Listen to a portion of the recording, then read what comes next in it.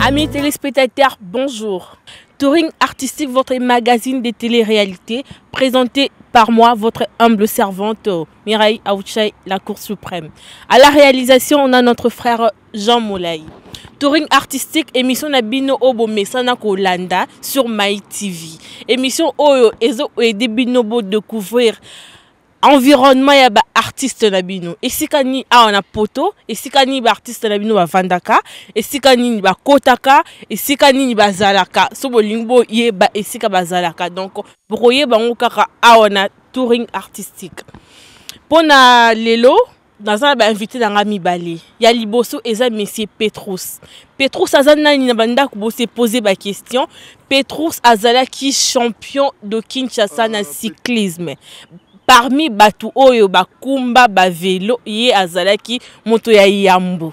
Aya kutu tina poto pona ba compétition. Donc tozaki na ye, tosolaki na ye, bokolandango lelo. Un majuscule ekokisaki 26 ans. Donc bolandaki on émission oyo eleki, bokozwa suite baba image na émission oyo tozana lelo. L'émission ambiso lelo toza na Corbeil-Essonnes. Corbeil-Essonnes ezali ville monene na département ya Essonnes. A bozo mona na Mukongo nanga toza na bateau école de bateau. Donc bola na mayo te mai o ba sala ngoko sala. Donc toza bobele na Corbeil-Essonnes. Donc bozala branché bo bougete. Donc toi na surprise na biso ya lelo tozo tela to proposer les bino nzembo ya Didier Mila. Didier Mila za parole ya munene ya mboka na biso akoma ba nzembo ya ndenge na ndenge o esala ba succès ba musicien munene ya mboka na biso ba yembango. Didier Mila le pomba en coma. Donc tolanda et puis toko zonga lisusu.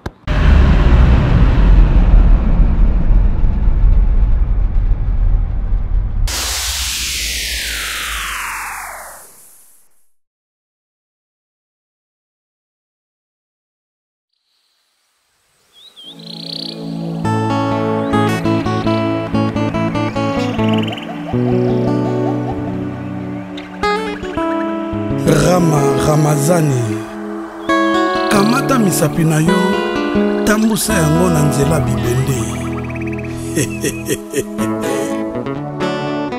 Et ça passe sans rature ezo sala pasi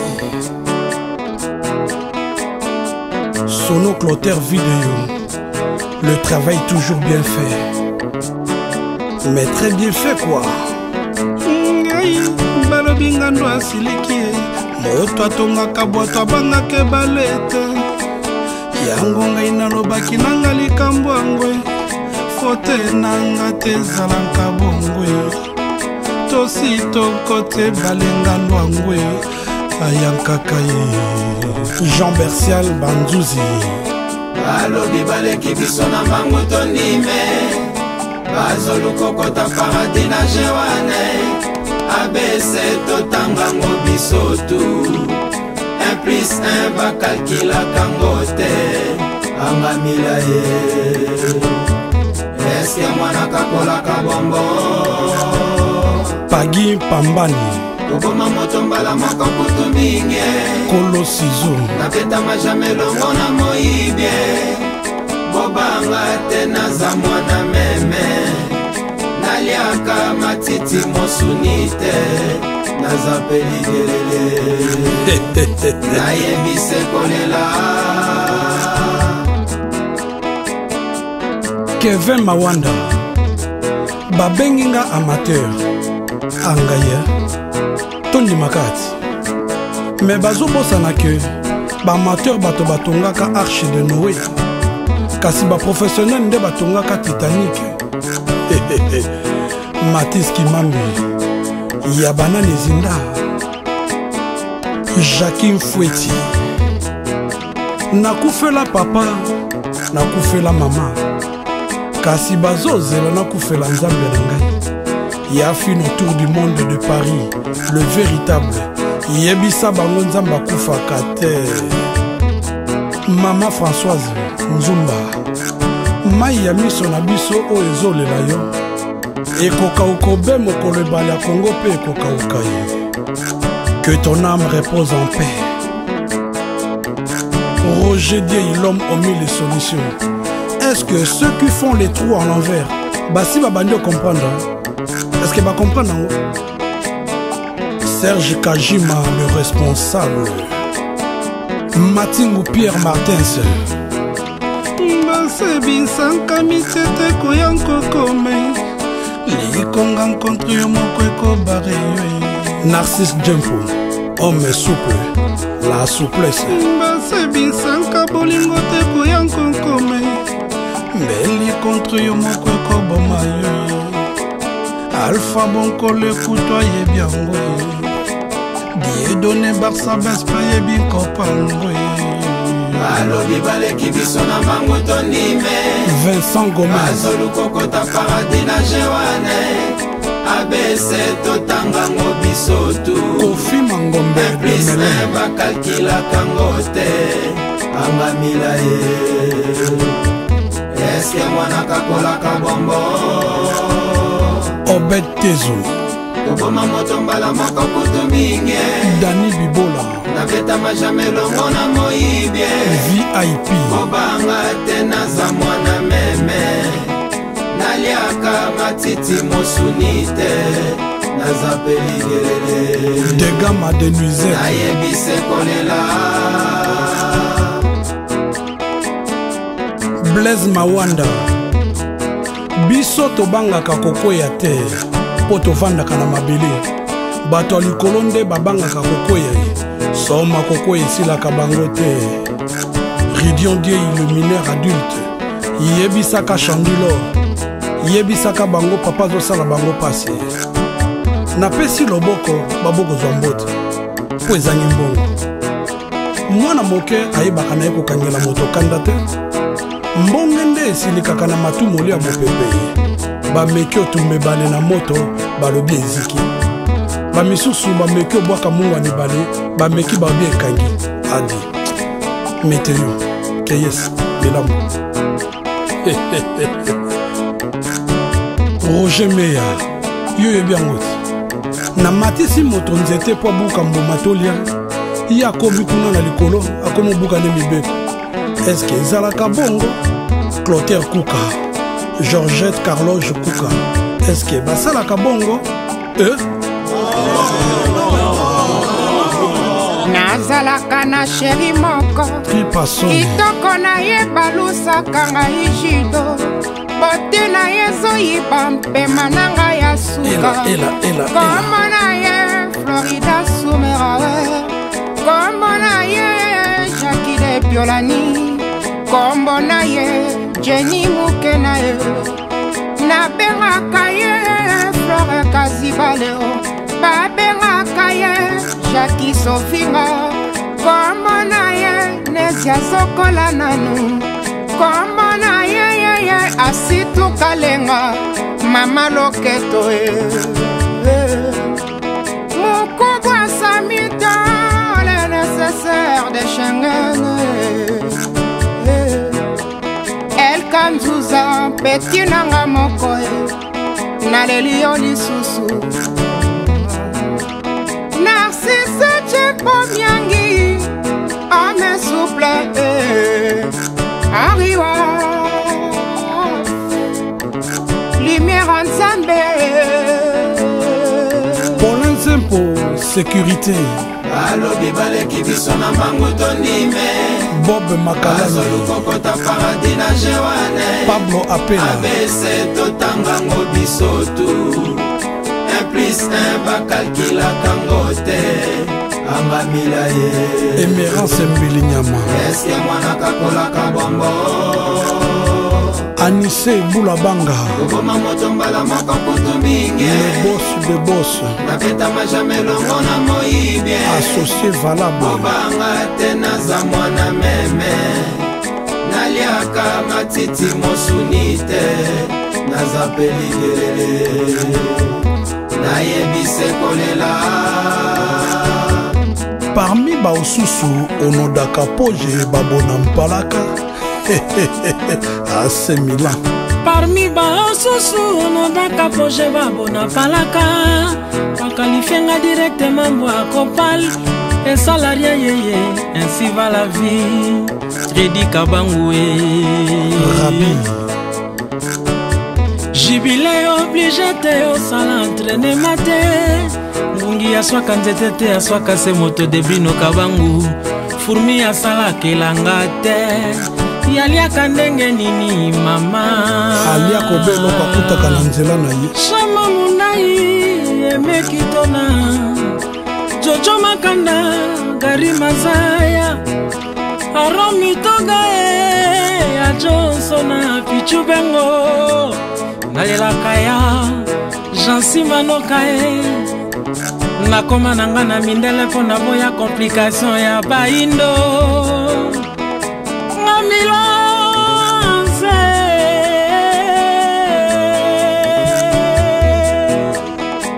Nayemba na mongongwa nani yawe pesanga ta mongongwa banjelu pesanga ta mongongwa papa wemba Chic et rebelle pesanga ta mongongwa Kofi Olomide Milkshake pesanga ta mongongwa Madilu System Grand Ninja pesanga ta mongongwa Kaiser Soze Ferre cher de poule pesanga ta mongongwa Semila na Tripasone Banzelu pesanga ta mongongwa Omba na Sacré Miguel pesanga ta mongongwa Delvis El Salsero Pavarotti pesanga ta Yalasana Suzuki Roger Precioso c'est comme le chemin et Rome Lissolonio se souka kobe na kombo na yo Nickel Tabala le grand conseiller bapesi nga toi bango moko bazwi raison balobi bayebi okabola ye Edo Lubaki papa Edo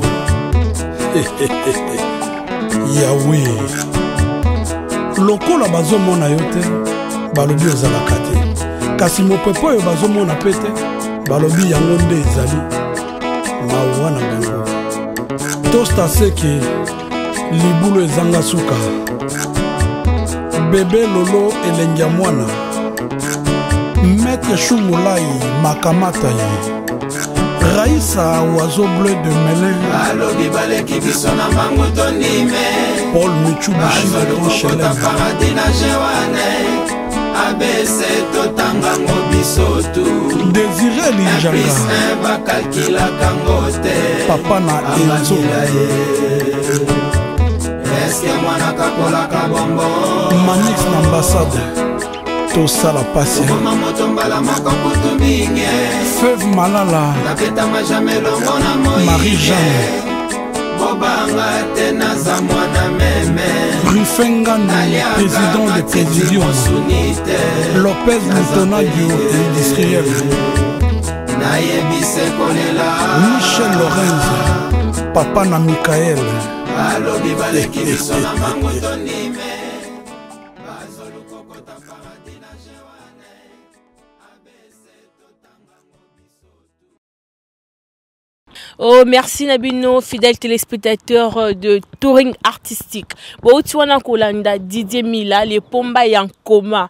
Nabi ke Nzembu Obolandi édifié Bino. Nabi ke Bolio ki Maloba Oyo. Et dans la carte Nzembu wana. Tout à l'heure, on a entendu que Bino qui est à Corbeil-Isson. Dans l'émission Nabiso, ils ont les canaux Corbeil-Isson.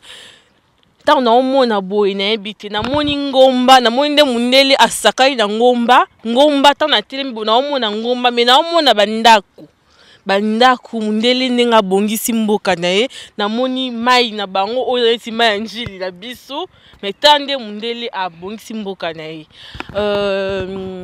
majuscule dans tozala kiwana majuscule groupe moya munene na mboka na biso groupe wana ebimisi batu ebele olamsina bandako boyebi te na ko apprendre bino majuscule ebimisa Jean Moulay na pourquoi je suis Phaser. Donc pourquoi je suis Phaser wana eza œuvre ya majuscule ebimisa Bob Likonzi majuscule ebimisa Sarah Moussaou. Donc majuscule ebimisa batu ebele tozala ki wana na bango to sepeli et les cas qui na présence ya ancien directeur artistique de théâtre national Mukoko Kizubanata. Donc et les cas qui bien suivez en image. Effectivement, j'ai eu la chance d'avoir comme étudiants quelques-uns des comédiens de M majuscule qui sont ici parmi nous. Je citerai par exemple celui qui fait la photo là, Maurice Kanda, Molali, Laurent Dancom, Peter. Et donc je les ai eus comme étudiants. C'est une bonne chose dans la mesure où ils sont d'abord, avant de venir à l'Institut national des arts, ils avaient forgé leur métier, leur connaissance en art dans les troupes amateurs telles que M majuscule et d'autres troupes qui existaient au niveau de Kinshasa ou au niveau du Congo. Et donc notre travail était en quelque sorte facilité. Parce que, comme l'a dit quelqu'un ici, ces étudiants, ils avaient une base dans les théâtres amateurs déjà. Moi, j'ai leur appris les rudiments de la mise en scène, parce que j'étais professeur de mise en scène et de régie. Et donc, je les ai eus en fait en graduat. Et j'étais très heureux dans la mesure où ils comprenaient à demi-mot. Parce que c'était leur métier, ils les pratiquaient déjà. Je dois dire aussi une chose que j'ai connu le M majuscule. J'ai connu le M majuscule parce que je les ai approchés.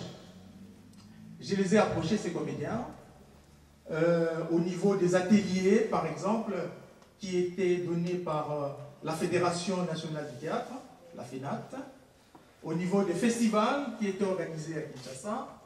Et donc, je les ai connus, comme aussi je les ai connus comme étudiants. Et aussi, je suis maintes fois allé voir leurs spectacles. Par exemple, j'ai vu un spectacle où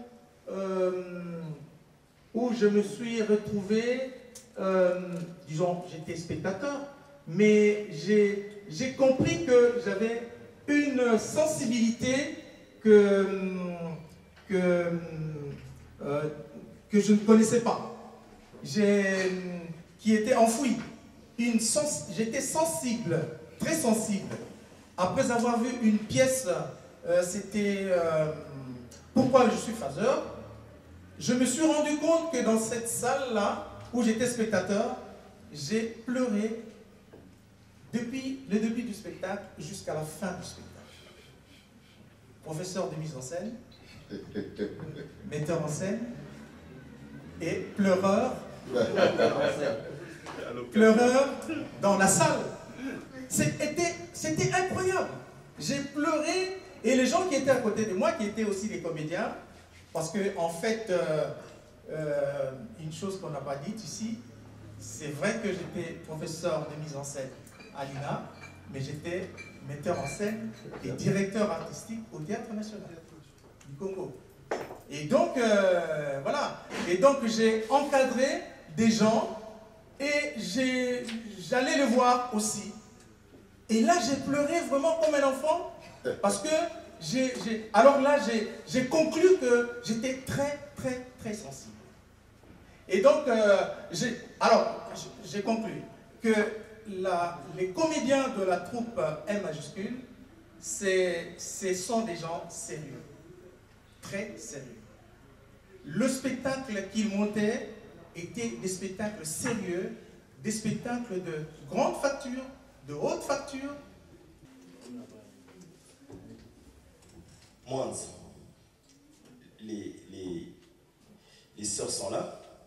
Mais souviens-toi quand même qu'à un certain moment, on s'est retrouvés sur scène et j'étais un prof et tu devais apprendre à compter les ânes.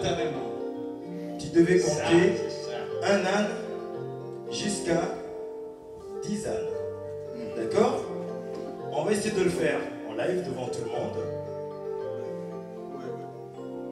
Monsieur Ngamungwela Mbokiloudi, vous allez compter de 1 jusqu'à 10. Un âne.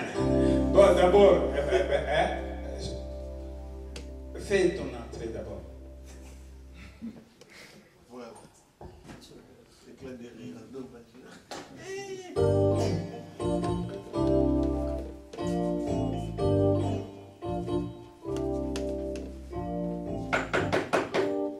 Oui, va, ouvre la. C'est qui, s'il vous plaît? Bonjour. Est-ce que votre père est là? Oui. Ouais. C'est le monsieur qui a assez grande taille. C'est bien ça? Ouais. Ouais, mais je me suis peut-être trompé. Est-ce qu'il est là ou pas, le père? Oui, il est là. D'accord. Ok, et je peux le voir? C'est pourquoi? Ouais, en fait, c'est par rapport à voilà, il m'a demandé de lui dispenser quelques cours de français. Ah, oui. Voilà, vous lui dites, c'est le prof de français qui est là. Le prof de français qui a été en France. D'accord, un instant, s'il vous plaît. Ah, d'accord. Ah, il y a un monsieur qui veut vous voir. Il dit qu'il est professeur de français. Professeur de quoi? Des français. Il donne cours de français. Tu vois ça? Tu commences à faire venir des professeurs de français ici. Hein? C'est à moi que tu t'en prends, moi. Ah, mais oui. Tu t'en prends, la fille. Tu me parles de quoi? De quoi? D'un professeur? Oui, il est venu pour... Pour maman, c'est ça? Moi, il a demandé papa. Pour maman, hein? Oui.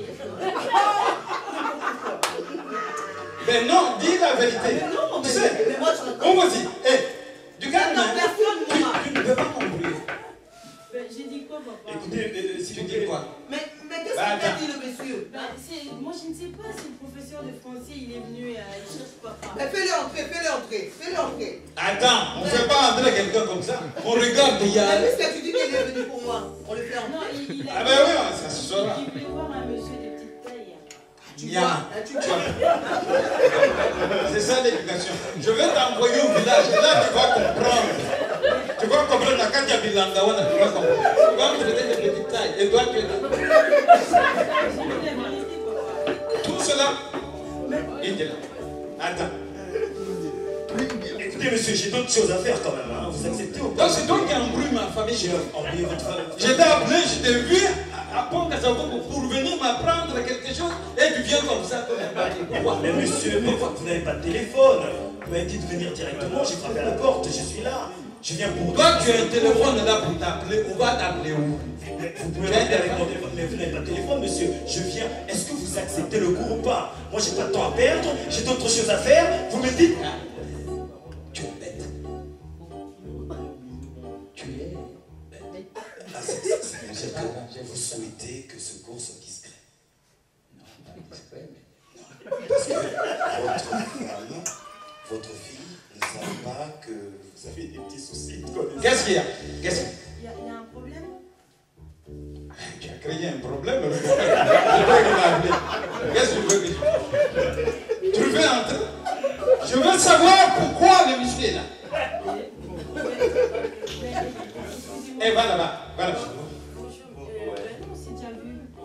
Faites-le entrer. Je demande qu'il entre. Qu'il entre. Et je veux savoir pourquoi il est là. Écoutez, monsieur, vous entrez, mais faites qu'il se passe bien en fait avec mon papa. Ah ben, il n'y a aucun problème. Hein. Je ne suis pas improvisé. On avait besoin de moi. Je suis... Bonjour madame. Vous avez l'air assez... Vous êtes fâchée madame? Non, ben pourquoi? D'accord, ok. Je passe par là ou je mets où là? Parce que restez là. Je ne sais pas trop. Hein. J'ai jamais vu une scène pareille. Vous appelez comment d'abord? Votre nom. Les maluniango dans mon la voix qui nous dit la makakala ou abalé la Tu vois? Un français.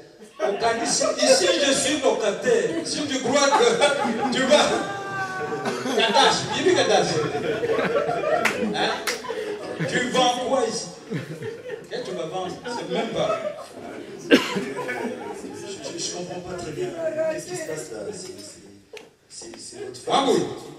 Mamoui. Oui, papa. Ah ben, c'est votre père, vous l'avez papa, je ne sais pas. Monsieur, vous êtes venu pour qui finalement? Je suis venu rencontrer ce monsieur. Ben non, pas moi. Mais aux amis. Tu es venu pour moi? Non. Dis ce que tu es venu faire. Dis dis à mon épouse, qu'est-ce que tu es venu faire? Ouais. En fait, j'étais de passage dans le coin et c'est un bénévolat. C'est un bénévolat.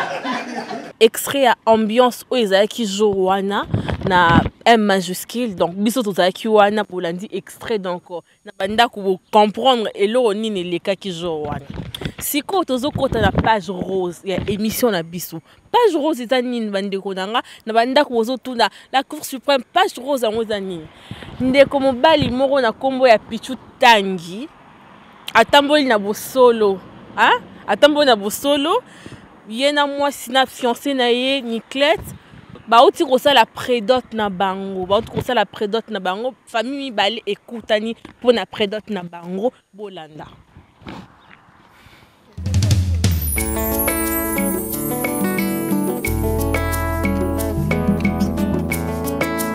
Aye, lolangolo temao.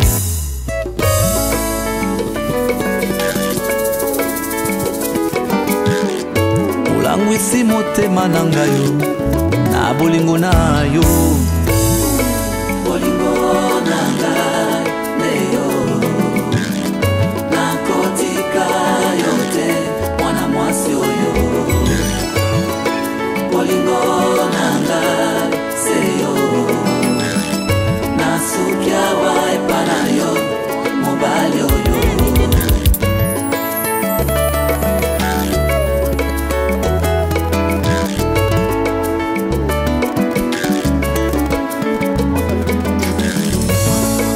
Namonaka nanga basi, ndenge na ndenge. Kasi po nazala sincère na yo, nazuaka pe fiancé. Namonaka nanga mibali, ndenge na ndenge. Kasi po nazala franche na yo, nazuaka pe fiancé. Lokola makanisi na biso bato, ezalaka ya nzambe te. Suka suka bebe, oye koyana bomoi nanga.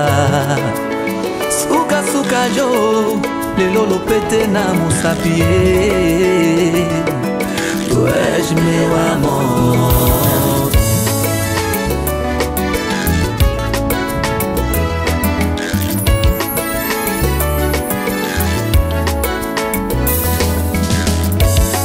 Akabola butu na moi, akabola zamba nesobe. Akabola likolo na se, akabola molili na pole. Kasi asangisi mwasi na mobali, lokola moto moko. Fololo na ngai ya talo, nalingi na sepela lelo. Bolingo na bikabu na nzambe, eteni na nga, malasi kito, esengwa babala. Bolingo na nga, seyo. Nasukia waipa na yo, mobali oyo. Tobandaki lokola, bolingo ya bana mike. Lelo yo nzete botimuma, lolango ekoli. Lobi lobi Jaspe na Daniele, akokoma bato. Aye, tobatela bolingo na biso. Aye, Toma Flori pangi tobine lankolo.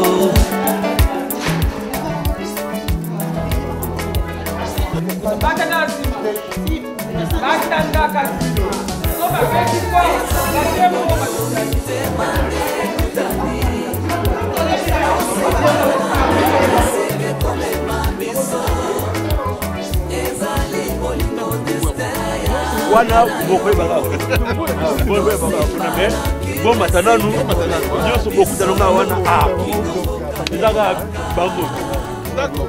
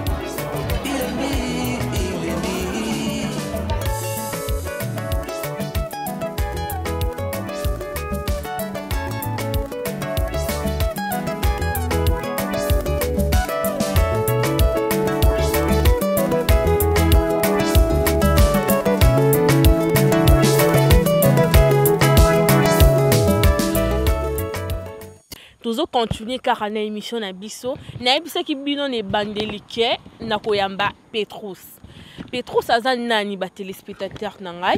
Petrus azala ki champion ya Kinshasa na cyclisme parmi batu bakumba ba vélo il y a azala ki mutu yambo donc akumba ki vélo et puis akoma ki champion ayati na poto pona ba compétition donc lelo oyo akoma ko vanda na poto tosola kinaye toluka kiye tosola kinaye a expliquer biso elo oni azo sala et puis souci na ye pona mboka na biso tolanda.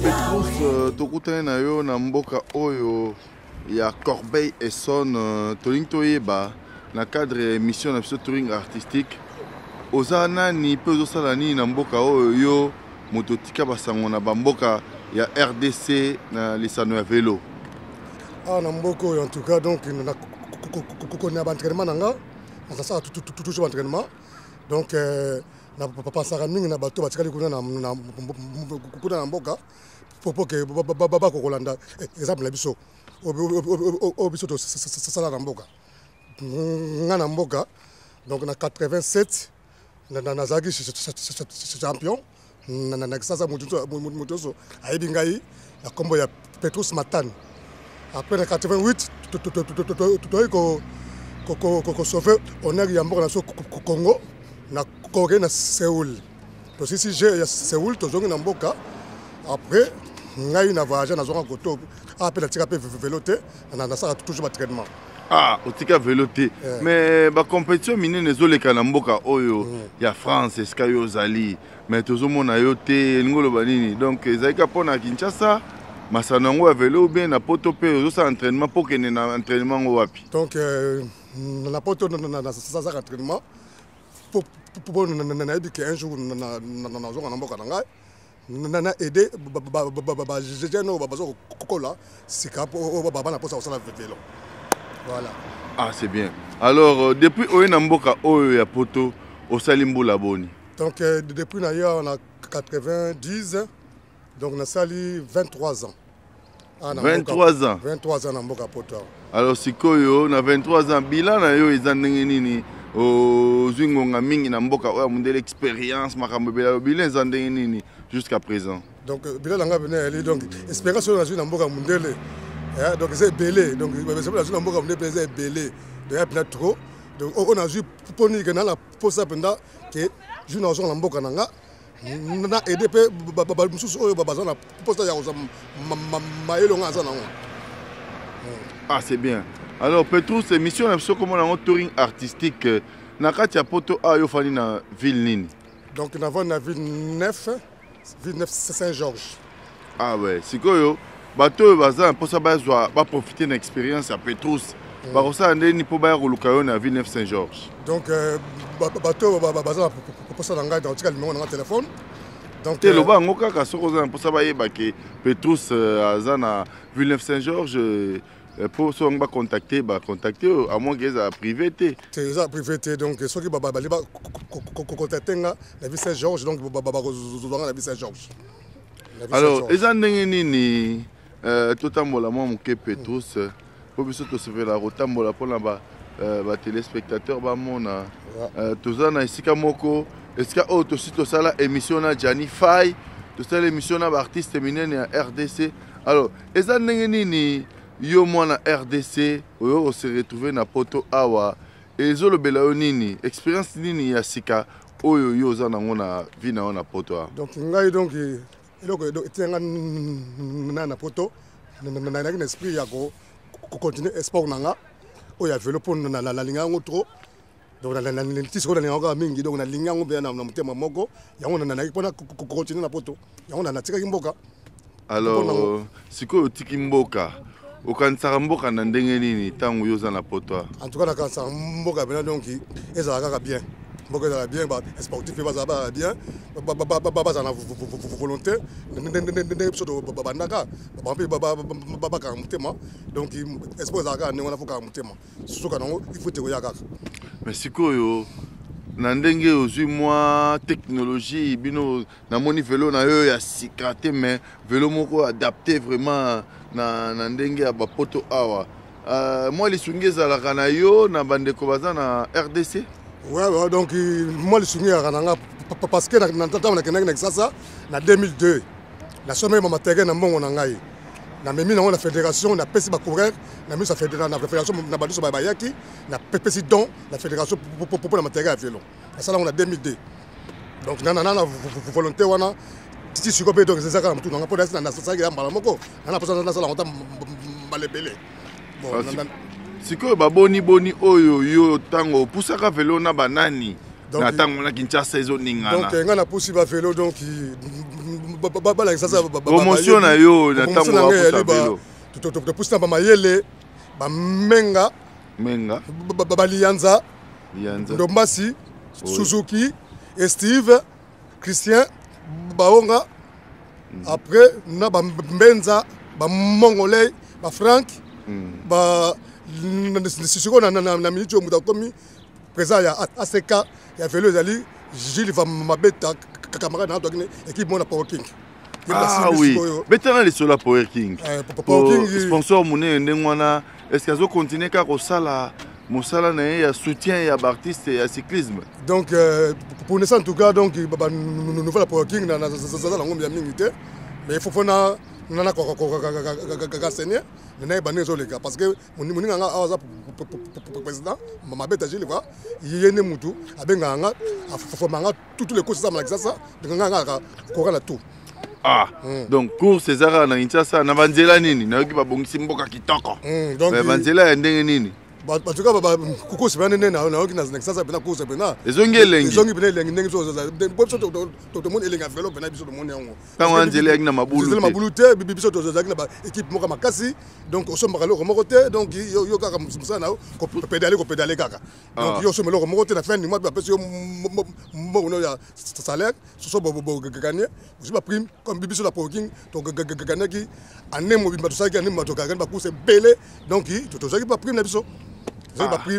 Mais na Kinshasa sikoyo sika uta oza mwana ya quartier nini mwana ville nini yo tata na yo nani et puis bande kono banani. Donc ngai naza mwana ngengengeki na Ingende numéro 5 donc nazali la direction nini la direction elenge sa Khartoum direction makala ngunza donc côté ya Wenzi ya Kale Banzazi Ah, côté Molaya, Banda Ofanda. Voilà, donc il est chaud. Voilà. Molaya Ofanda, Wana, donc Ngana, Wana Ofanda, Wana. Bon, Baba, oncle, nous connaissons des joueurs. Il y a Bilima, les qui n'ont pas maillé. Auto kukufa kalami kite maile de zone les qui n'ont on bali agi betbe na Simba à Saxon en Italie à Kufa en Italie donc il va aller les qui n'ont bali maile de zone. Oh, c'est mon petit frère. Moli moné pe manakimi et Sekazali. Alors si quoi tu écoutes un poto awa. Tolinto yeba vraiment. Souci nini ezosala yo mpona kokanisa cyclisme ya Congo mpona moni vélo tikite ozobeta bamponda awa neti baguti neti bamorino alors souci nini oza nango mpona koyebisa bandeko baza na Congo balemba te eza ndenge nini donc souci na ngai eza bona boye donc souci na ngai awa sikoyo naza mpe nasaki mo association mo nasala mpona sportif ça c'est bien nasala yango déjà mpona sportif donc nakosenga mpena donc na bandeko baza na mboka oyo balingaka velo mingi balemba te nga mpe ape na kolemba te nakoseorganize na bakokoka oyo baza awa tokosasala tout soki bamateke tono ede bango ah tosepeli tongi tomona nanu otambola nanu na velo mpo bato bamona teke bazwi mutu moko boye apusaka ne velo te bazotunaka bakesio totala nanu lisolo ya mponda tomona nanu basprint oyo eganisa yo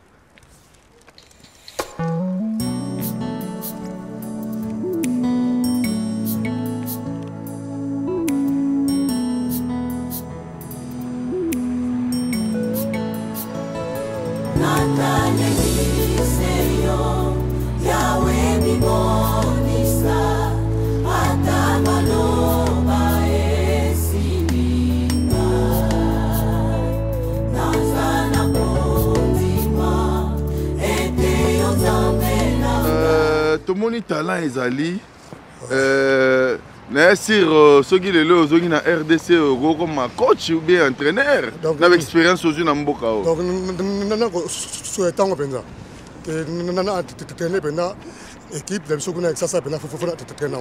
Mais pourquoi tu es à Tour de France te ni nezo bloqué bino bozali a aux appels association pourquoi qu'on cette inscription te il y a athlète na biso ba ya ko participer Congo ba congolais communauté za monene awa peut-être moi un cas pour na bandeko bazwa avion ba ya ko participer na prochaine édition à Tour de France. En tout cas ngai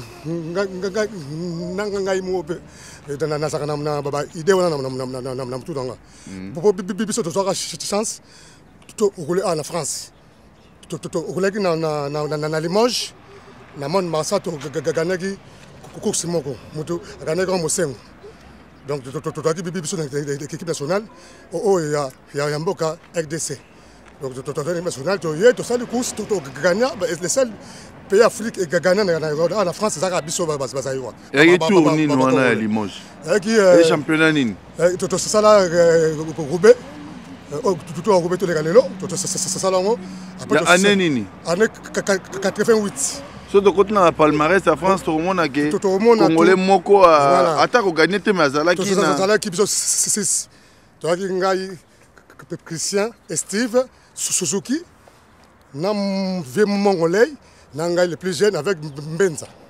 Bon si on a poto a boza boni na banani oyo yebi so pe bato ba yebi bino mingi te et pourtant boza ba athlète ya Congo reconnu ba athlète o bosali vélo na niveau ya mboka na biso et bopesi yango elengi et puis bino bosala ke ezala alors sikoyo boza boni na mboka o donc en France donc na kutani na mongai dona avani na côté ya Saint-Denis na Vitanes après na kutani na Guy Madoda donc yeye sur ça côté Saint-Denis donc to ça 3 to aller mais na mboka pemeni to na Londres tozana Steve Christian na Portugal tozana Suzuki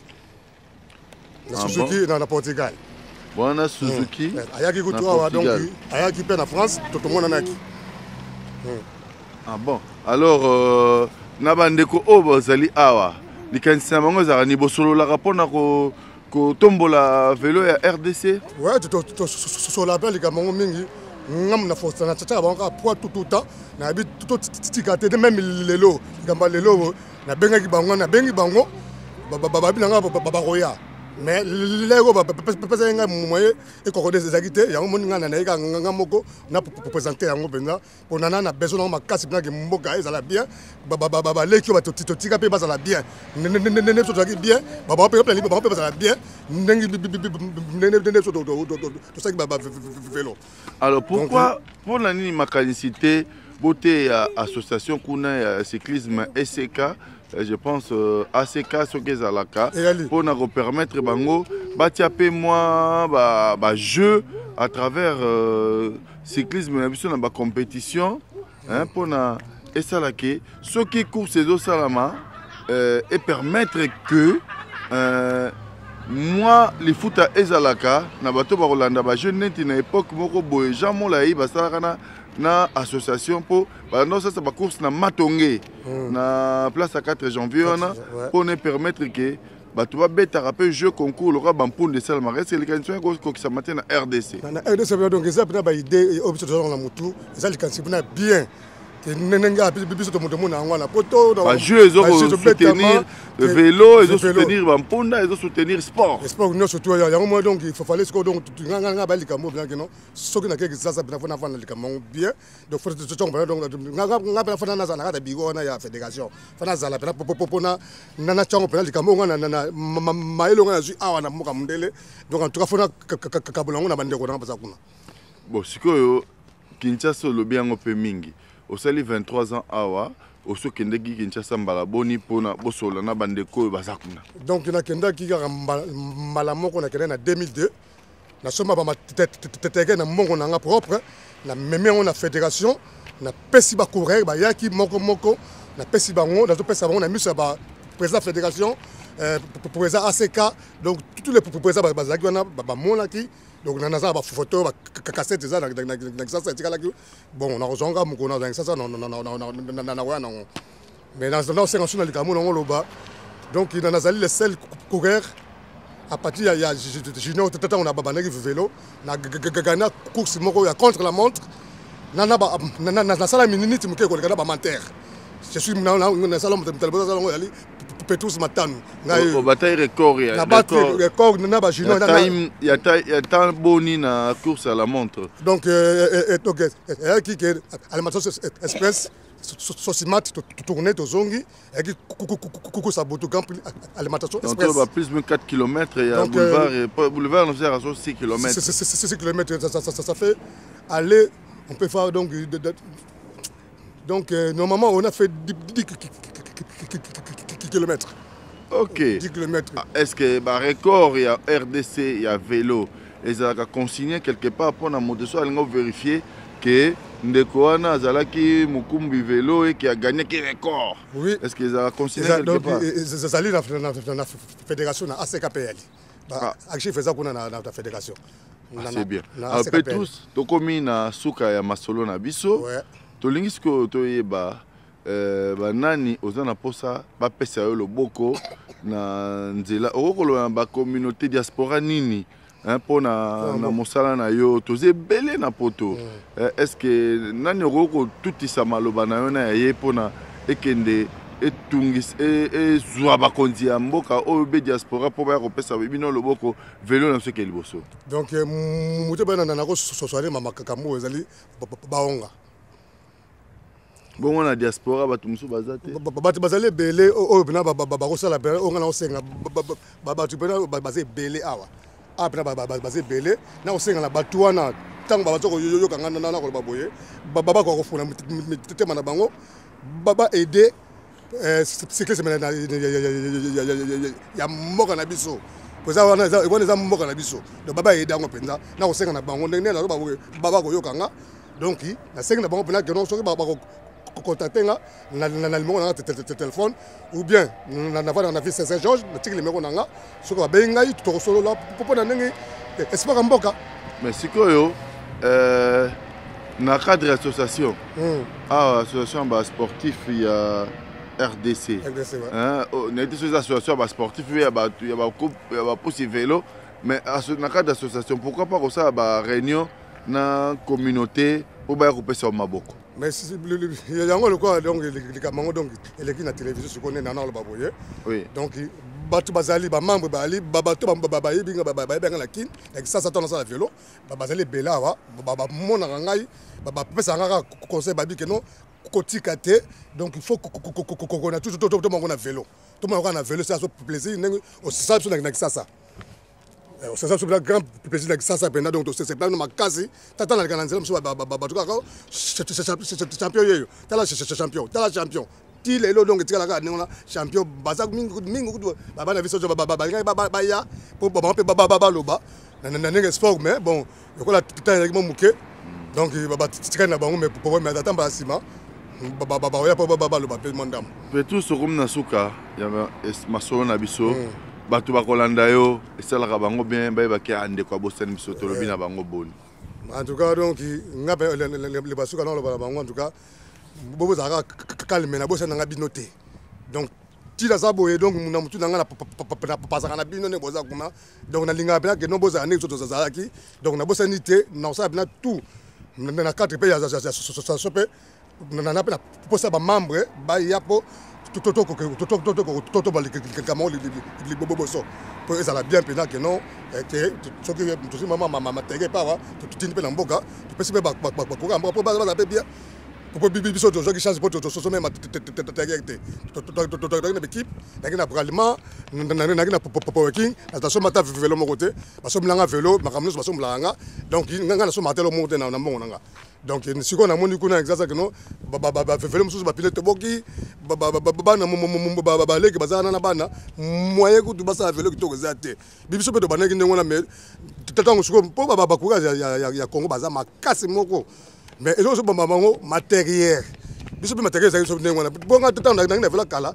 donc na course mais na ko raté mais tant na sika donc makasi na ngako mona blague non na que so to le sprint na ko gagner so plan na ngoma na okima bango baba ki beke so na ko na ngomba baba mso baba ko ganga sima calme toi calme nga so na démarrer donc na kekendaka donc na mi balé te to na so 2 ou 3 ah Petus message ekoti na matoyi ya ba congolais alors moi mbote ça va bien bato bakolanda ndeko na bango esika za na mboka ya musika ya 8000 km asonjaki na bango donc na pesi mbote na bandeko nanga oyo basasa bango vélo ensemble na pesi mbote na bakonza mboka na pesi mbote na ba journaliste mboka na bango na pesi bango mbote en tout cas bato baza na courage bina baba walinga vélo ezala na pesi bango tout mbote makasi bon courage bolemba te na kotika bino te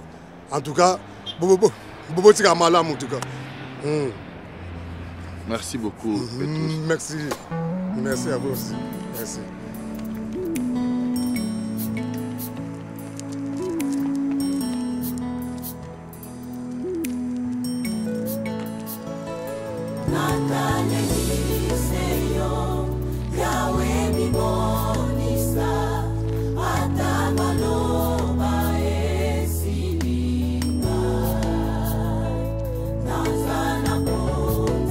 Fidèles téléspectateurs de Maï TV, naim seki bino que émission on a Corbeil et Son à liboso nanga bozo mona collège Saint-Espire. Donc collège Yamounene na Corbeil et Son yango yo donc tous na Corbeil et Son tous na école de bateau donc tous na Corbeil et Son et sika tous ça la émission nabiso M majuscule tozo laksabino lisusu ambiance o ezalaki jowana na présence ya Jean Molayi na présence ya Patricia na présence ya Bob Likonzi na présence ya Rifé Makiona na présence ya Batunyon surtout ya M majuscule. Aujourd'hui c'est une soirée exceptionnelle, je dis exceptionnelle parce qu'en fait j'ai pas éteint, mais comment ce n'est pas de l'éteint. Ah, c'était pas éteint. Ben donne. Et quelqu'un peut répondre à ta place. Donc c'est une journée et aussi une soirée plutôt exceptionnelle. J'ai dit exceptionnelle parce que le 25 5e anniversaire de cette troupe de théâtre. Et pourquoi nous avons voulu une activité exceptionnelle pour ce 25e anniversaire? Parce que M majuscule théâtre, c'était pour nous plus qu'une troupe de théâtre, mais une famille. Et une vraie famille. Nous avons évolué pendant plusieurs années ensemble jusqu'à ce que nous sommes venus, en fait la plupart, nous sommes venus ici, en France, en Europe, et il y en a qui sont en fait en Russie, aux Amériques. Maintenant, je ne pourrais pas m'étaler sur certaines motivations, parce qu'en fait vous aurez à entendre des témoignages de ces liens qui étaient entre nous. Paul Ndamouguel.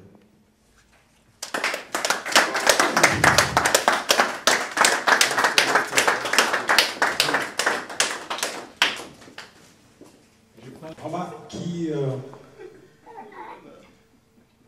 pourquoi M majuscule? Qui a une idée? Hein? C'est à vous de nous dire. Non, non, c'est une question. Il y a une voiture à gagner. Pourquoi M majuscule? Viens. Viens. Ah ouais, ça va être très bien. C'était pas prévu. Hein. Ce sont des comédiens.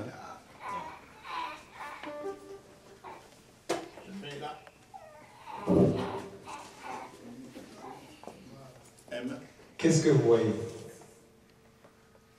Vous voyez quoi? Exact. Donc il y avait deux grands et un petit. Le petit c'était lui, parce que l'autre qui est retourné au pays c'était un grand, c'est comme l'autre. Ouais. Et on avait très peur qu'il grandisse parce que ça allait casser le rêve. Voilà l'explication de M majuscule.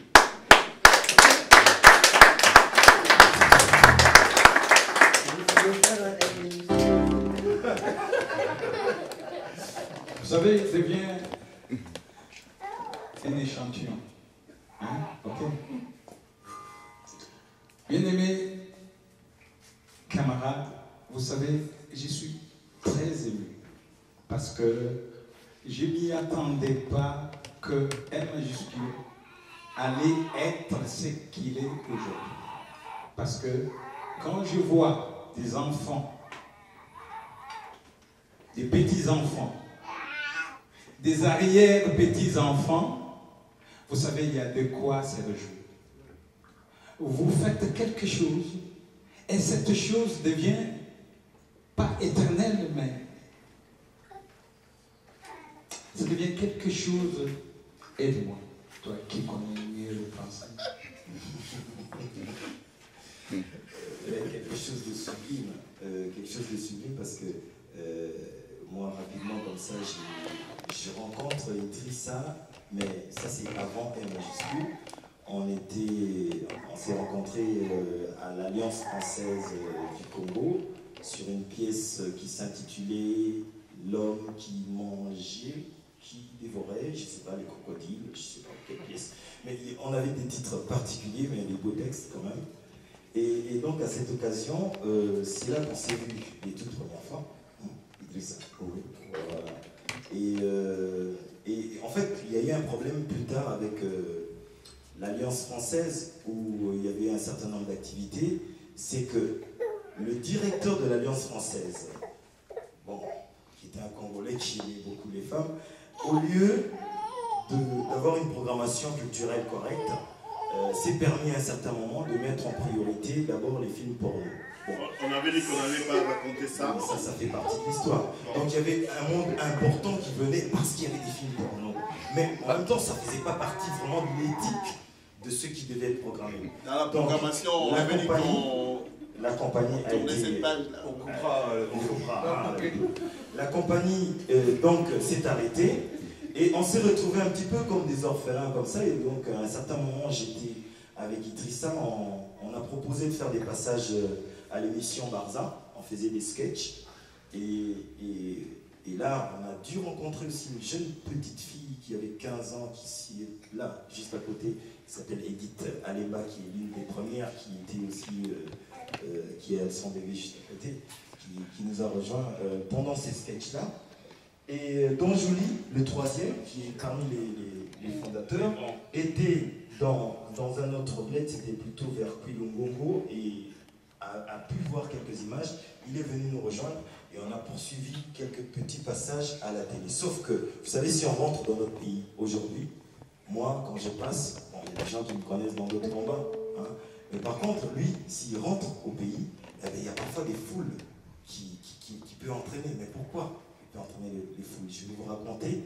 Après les sketchs qu'on faisait justement à la télévision, Idrissa me dit un jour, écoute, il m'appelait Django parce que c'était le premier rôle, hein, c'est là qu'on s'est rencontrés, c'est sur un peu d'émotion. Et c'est resté jusqu'à aujourd'hui, il s'appelle toujours par ce prénom, un surnom, Django. Donc Idrissa, à un moment donné, il dit « Ah, j'ai envie qu'on repasse plusieurs fois à la télé. » Et sauf qu'à chaque fois qu'on passait à la télé, bon, on fait des tours vers Bandal et tout, et Idrissa avait l'impression que tout le monde nous avait vu à la télé alors que les gens avaient d'autres activités. Des fois, il s'arrêtait devant quelqu'un pour dire « T'as rien vu vers 15 h ?» Donc, c'était voilà, une petite parenthèse. Et chose, alors là où je rencontre beaucoup des jeunes de cité des fois, là où il a niqué tout le monde, il me dit « Je vais faire un coup ». Il a commencé à envoyer des courriers aux réalisateurs pour dire à tout moment il y a un groupe qui passe avec un garçon qui a l'air de jouer comme Calend. Et franchement, moi je regarderai votre émission à chaque fois si ce groupe-là passe. Et il a fait des tonnes de courriers. Il écrivait au nom de certaines femmes. Wamouchala, si tu nous écoutes, voilà. C'était bien ça, Wamouchala, voilà. Émission Barza. On t'a eu. Ça, ben voilà, on t'a eu. Hein. Et donc, à un certain moment, en fait, alors qu'on était en ligne à Kémondé presque à passer, c'était nous qui étions carrément des gens de la jet set. Demandez. Et voilà, il a fait ce nom-là, Idrissa Mwan, qui nous dit Tsona Makakala Wabale, Bela Chetukala. Qu'est-ce que tu peux rajouter?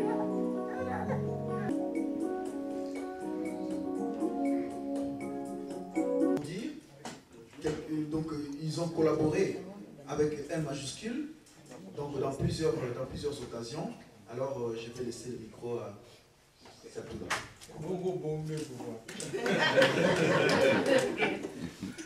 Je ferai comme Idrissa, bien aimé. Bien aimé, bien aimé. Voilà. Donc, je suis très content d'être parmi vous ce soir parce que 25 ans, c'est pas aussi comme à Nalipa. 25 ans, c'est beaucoup. Votre humble serviteur, je suis devant vous. J'ai au moins 28 ans de carrière.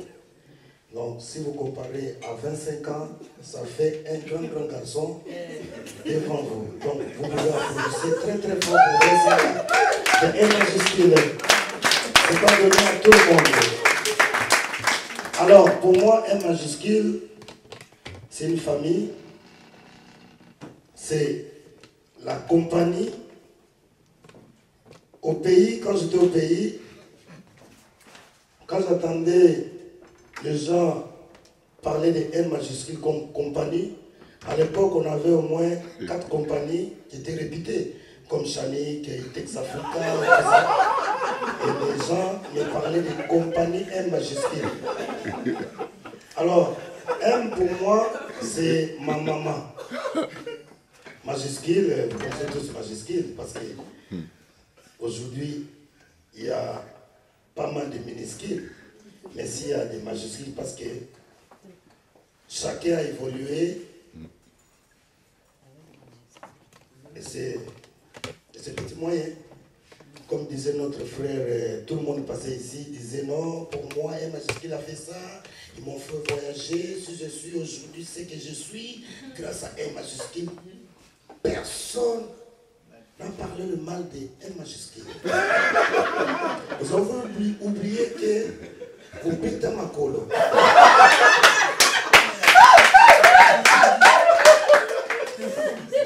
Ce que j'aime chez les Congolais, ce qui fait Tibi et bébé, ça qui monte mal, M majuscule, les conditions 25. Il y a aussi du bon côté, il y a aussi du mauvais côté. La M majuscule, il y a aussi des songi qui étaient là.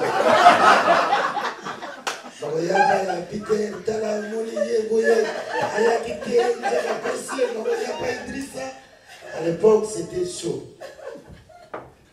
Alors, je me souviens, si j'ai encore une bonne mémoire, j'avais une réunion avec le président Motomobushi, na Motomota Bonza. Tu as un majuscule, comment il a noté. Excusez-moi, monsieur, parce que je n'ai pas l'habitude.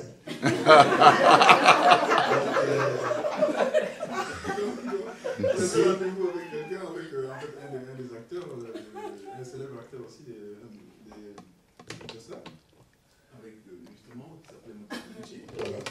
Et voilà. Chaque fois qu'on interprète, il y a toujours voilà. On va continuer à valoriser tout de suite. Voilà.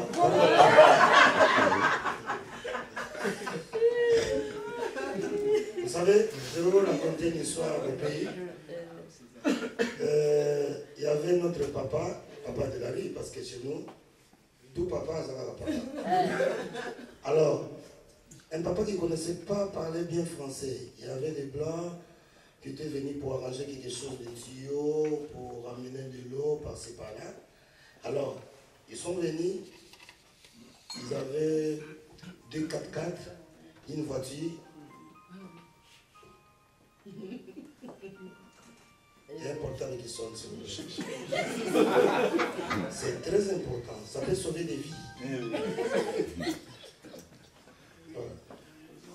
Voilà. Donc, moi je voyais de loin les enfants de notre papa.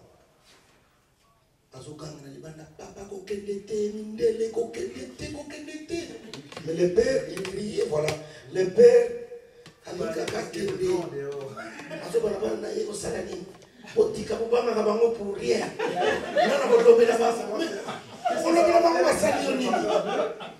n'ai pas peur de vous avez peur de courir, moi j'ai pas peur de vous. Alors, abandonner vos pouces à la moquer parce qu'ils avaient un trajet au moins à 400 mètres. Alors ils s'approchaient parce qu'il y avait un trajet justement. Il lendemain doucement aussi. Les mains liées de rien.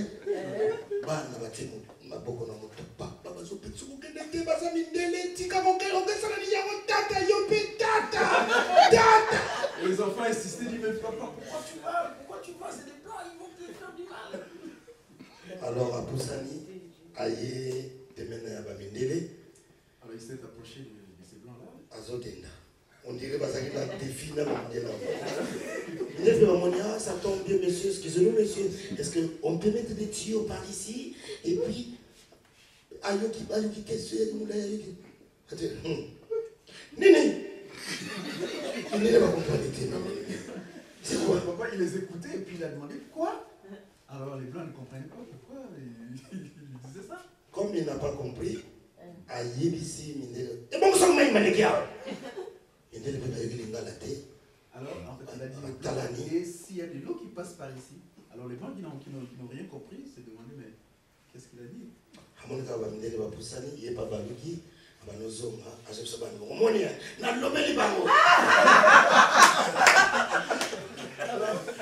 vu en fait, s'il n'avait pas compris, en fait, il commençait à s'éloigner.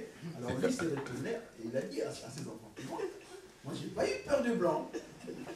Je leur ai parlé en face.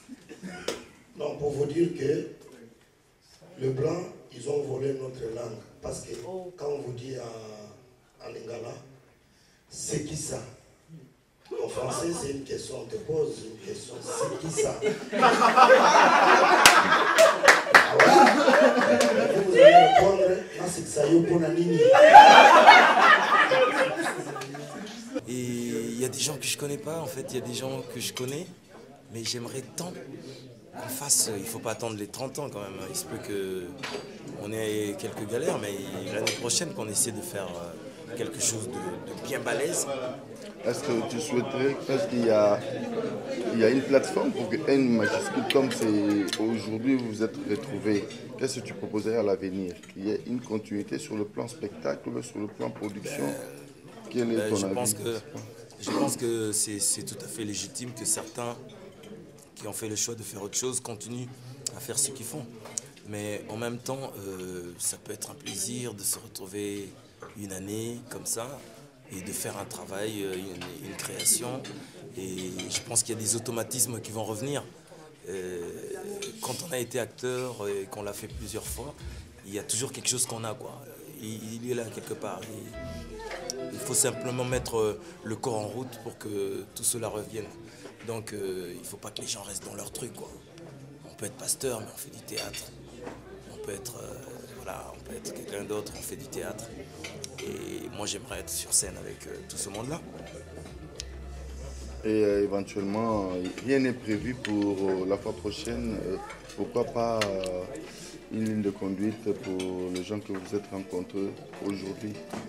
On peut faire des propositions. Bon, après, tu sais, les propositions, c'est facile à faire. Bon, si on fait des propositions et qu'on commence nos rencontres 4 heures plus tard, ça risque de pénaliser le projet aussi. Donc ce sont des petits points qu'il faut qu'on voit en termes d'organisation, même si on a nos habitudes, des retards et tout ça, mais bon, on est en France, il y a quand même des rythmes qui sont, tu vois, on n'est pas trop en vacances, quoi, c'est trop speed. Et que s'il y a beaucoup plus de rigueur dans notre façon de travailler, de respecter l'heure, on peut faire quelque chose dans un an, quoi, il n'y a pas de souci. M majuscule en soi, c'est une institution aussi. Les travailleurs viennent en retard. Cela n'a rien à voir avec M majuscule, j'espère. Parce que c'est à l'institution de créer des normes du jeu, donc des règles du jeu. Non, c'est pas ça. En fait, moi, je pars de ta question. Oui. Je veux dire, si vraiment on veut faire quelque chose de tapant, qui soit à la fois un projet théâtral de qualité, mais en même temps faire en sorte qu'il y ait toute cette fraternité qui se renforce encore, on peut se donner les moyens. Se donner les moyens, c'est bon, un petit peu de rigueur, mais ça fait partie de tout ce qu'on a fait. Hein. Pour qu'on soit là où on était, là où on est, c'est qu'il y avait de la rigueur, quoi. Mais on peut continuer à avoir de la rigueur. Aujourd'hui, moi vis-à-vis de toi, demain, toi vis-à-vis de moi, et puis ça fait avancer les choses. Alors, particulièrement pour ce soir, pour les gens qui vont suivre cet élément, qu'est-ce que vous pouvez dire à eux, pour les téléspectateurs de cette chaîne de télévision qui va diffuser cet élément? Un message. Moi, il y a quelque chose qui m'a énormément impressionné, c'est que c'est ce soir que je me suis rendu compte que M majuscule, c'est créé au Congo, c'est congolais, mais ça a une dimension plutôt internationale. Il y a dans la salle ici des amis qui sont venus de la Guadeloupe, de la Martinique, il y a des Somaliennes, il y a des gens, des Français, il y a d'autres personnes en fait, qui en très peu de temps, en voyant les passages d'un certain nombre de personnes, m'ont dit tout à l'heure qu'ils avaient l'impression de vivre une histoire de 25 ans dans un condensé. Et c'est bien parce qu'ils nous connaissent aussi sous d'autres angles. Et bon, voilà quoi. Ce n'est que du plaisir. Ce n'est que du plaisir. Je te laisse bouffer un peu parce que ça viendra. D'autres questions? Vraiment, c'est tout simplement, je veux dire quelque chose que je n'ai rien à dire. Quelque chose que je n'ai rien à dire. Vous savez, le jour où on s'est rencontrés pour créer M majuscule, c'était comme un jeu. Mais dans ces jeux-là, il y avait une vie. En fait, je suis très content Et vraiment, ça me fait plaisir de voir toutes ces personnes qui, surtout, qui ont quitté l'Afrique et sont ici et qui sont devenus pères de famille, des grands comédiens, des grands artistes. Ça, c'est ça ma joie. Je peux dire tout simplement que je suis inondé d'une joie. Parce que c'est comme un père quand il regarde l'enfant, même s'il n'a pas étudié, mais du fait qu'il a fait des enfants cadres, ministres, tout ça, dont je vois aujourd'hui, même celui qui me parle, hein, même toi-même, hein, c'est un grand plaisir. Donc je n'ai pas vraiment d'autre chose à ajouter. Et j'ai dit merci, merci à notre Dieu. Je crois que vous n'êtes pas des laïcs. Sinon, vous n'avez pas le Nzambe. Nzambe nous a fait ce qu'ils sont. Et on a sepelé et on a battu. Témoignage de Zoya. Et c'est comme ça. Même si j'allais mourir à 80 ans, mais à cause de ça, 120 ans et Gokokelangai. Amen. Amen. C'est bon. Merci. On a voulu poser une question facile, très facile, par le professeur qui est interrogé pendant l'examen des bacs. Le professeur voulait demander qui connaît un verbe quelconque que. Et son fils avait récupéré la question en disant que oui, moi je connais. On n'a même pas fini la question, le verbe quelconque. Et l'interrogateur lui demandera, tu voulais dire quoi? Parce que moi je n'ai pas fini ma question. L'élève dira que non, le verbe quelconque je connais. On lui demande conjugue qui commence, j'ai quelconque. Tu quelconque, il quelconque, nous quelconquons, vous quelconquez, il quelconquer. Alors le papa est mécontent parce que son fils commence à créer de nouveaux mots. Mais selon les rapports, l'interrogateur lui a dit bon, c'est pas grave. Il a continué quand même sa question. Il voulait dire que qui peut me conjuguer un verbe quelconque du troisième groupe de conjugation qui se termine par OIR. Cela veut dire, il donne un exemple. L'exemple est par exemple recevoir. C'est un verbe du troisième groupe de conjugation qui termine par OIR. Alors, le monsieur, en fait l'élève, l'enfant de mon ami, il dit non mais c'était facile. Le verbe du troisième groupe de conjugation tel que recevoir égale, il cherche son verbe, directement il taque arrosoir. C'est pas un verbe. Il parle mouchoir. C'est pas un verbe du troisième groupe de conjugaison. Alors, le français est difficile, hein, mes amis. C'est très difficile pour nos enfants. Il faut vraiment les aider à bien les maîtriser. Alors, bon, l'interrogateur dira encore pluriel des noms. Les noms anal terminent par AUX. Et donne un exemple. Qui peut me citer le pluriel de noms anal, par exemple, général, généraux.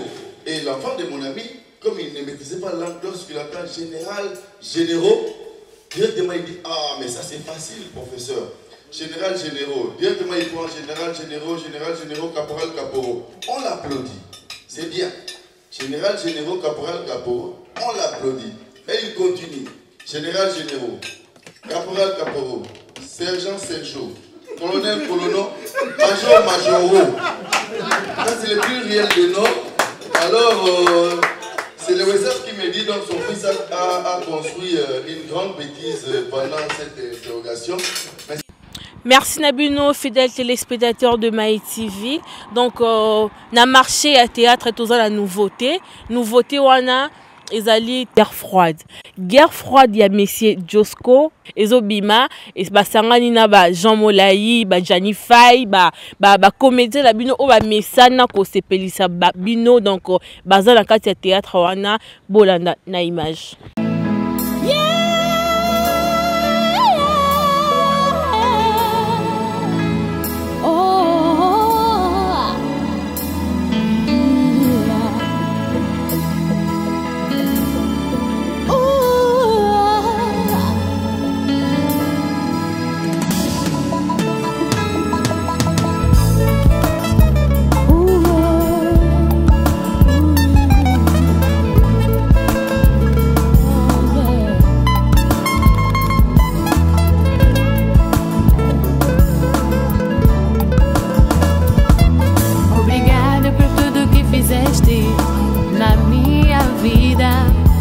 Obrigado por tudo que fizeste na minha vida. Obrigado por tudo que fizeste na minha vida.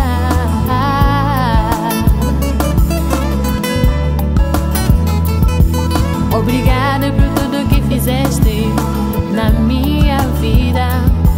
Obrigado por tudo que fizeste na minha vida. Obrigado por tudo que fizeste na minha vida.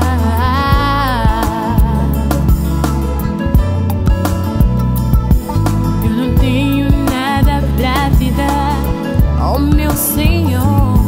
Eu não tenho nada pra te dar, oh meu Senhor.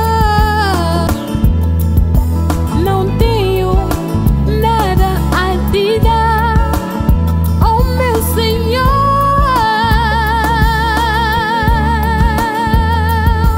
Não tenho nada pra te dar, meu Senhor.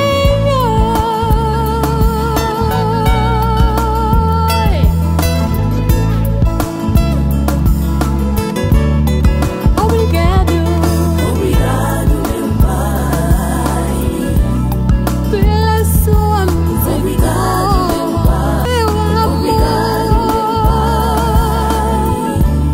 pela sua vitória.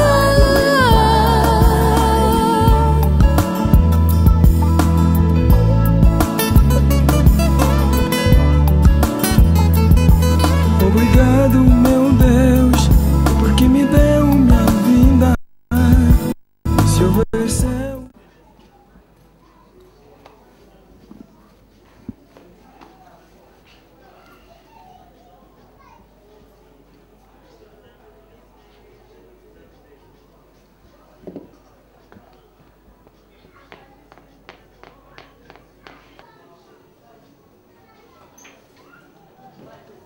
Ça fait mon beau pourquoi? Papa, pardon. Il me semble moi na yo. Bala c'est ma soeur ngati ndambongo. Ake na 9h et pas à Gisèle Mbayo na gigabyte apesi mbongo na ozwa. Ou bien soit na Paris apesi José Mbaya na kozwa. Banki neso ba toki singa kuna pona zo mbongo na banki wana. Kasi libozo tinda na bazango. Papa. Ozwi yango. Code wana so endeni biki na benga sur place wana agence. Nde ayo lo basusu bien. Nde ba yo servir. Ozwi yango. Ozwi? Azako mana kati kuna na kuza. Ozwi yango. Vas-y paye papa. Si tous les 600 nyon. Yo sa mobimba. Oya okakola. Zela. Yo zwa 250. Nga fait 50 350. Pas boni beaucoup. Soit 250 puis nga 350. Yo nde soit 250 puis 350 yo soko mukolo papa. Nga na jeni wana yuselo. Soko na lisa. Yo kana yusa yo. Ebike yo emsu no kanda mama nga mna pesa kai. Mkomsu no kanda mama nga mna pesa kai. Wana bongo yo makambo ngana mama na yo yoka. Kasi nga mna bome. Bazana Kagabo. Bonjour tout le monde. Oh, bonjour chérie. Ça va? Oui, ça va. Ça va, mon Moussala? Oui, ça va. Bah, conseil ni sur PC. Papa, yo ibi karate, yo ibi mnamboka so muta ye karasika ndenge mibali ba yaka. On a so ibi saye kwa ke bana ba mibali. Quoi? Godé Kimani. Abino bien aimé Apo, frère Apo, azamoko ya kati ya ecclesia. Oya za vraiment a soutenir retonga na ngai. Yango frère Apo. Na limité tungisa yo. C'est très dur, mais nebi koza muto fanda na kati na kolos masia po lendi sama. Alors comme tout à ma côté, eleki na niveau a ndongo to sala ba vérification na science, c'est important.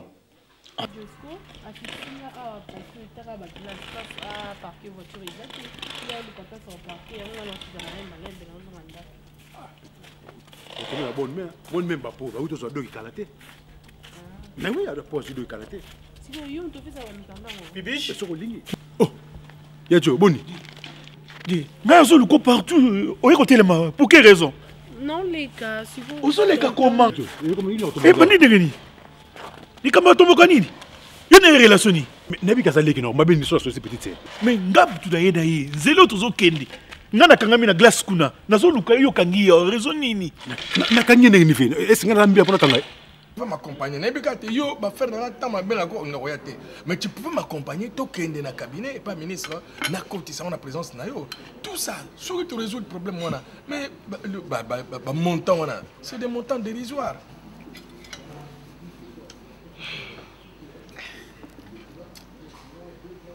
Bon, je vais réfléchir. Parce que Nazana Nine Moko, tu connais Émilie. Émilie, ma copine qui venait des Lions. Elle était venue des Lions l'année passée. Elle était en vacances ici. Émilie. Nazana Nine Monaye, qui était à Goma. Ce qui marchait en Wessimbi. Comme ça, ce qui a confirmé dès ce soir. Comme ça, dans l'hôtel, ceux qui n'ont pas ça, on a dit que la valise on est dans Goma, j'aurai quelque chose à faire de 3 000. Ma chérie, ça.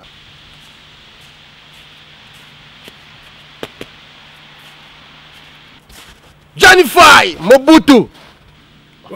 Suka kuna ngope sana mbote. Ngope mbote shida. Oyo suka ta soni to pesa mbote. Yo alisa. Na problème ni. Na problème ni. Na nini yango kaka? Le bon somo moni mabanga pembo na bamba yo. O sorte malile kanga yo. Jani ko boso nga. Pona ko beto pena ko. Nani yo be? Nani? Moni mabanga pembo oyo etangi bela na ko bamba bamba na nzoto yo. Jani. Oza daso mabe. Ok? Service on a rendre yo. Kala, obi so ba service. Wa to mabe pamba na bisayo. Oza yo sa traître yo. Apo peso biloko, oso biloko odundi yango. Ngala peso biloko kene ko pesa pa leki na suzi band. So suzi band akema tadi pona ya mutu kona ngai. Kene ko pesa kifule.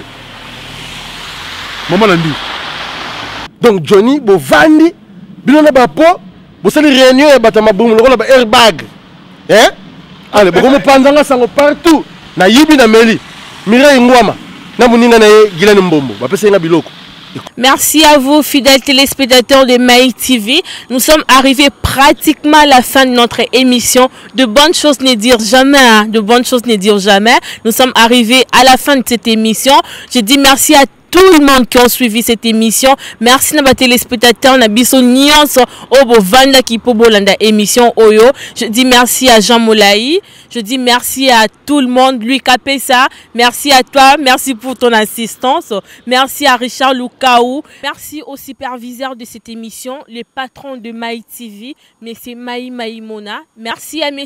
Francis de Pontero. Merci à mon petit John Moera. Merci à tout le monde qui ont suivi cette émission. Ne zappez pas hier, hein. Ne zappez pas. Restez connectés sur Maï TV, à l'internet, sur Google, mytv.org. Donc, restez connectés. À très bientôt. Au revoir.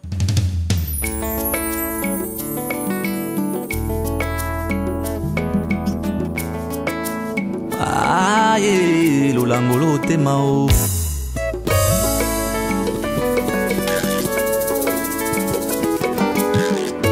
Langwisi motema na ngayo na bolingo na yo bolingo na ngai leyo nakotika yote mwana mwasi oyo bolingo na ngai seyo nasukia wae pana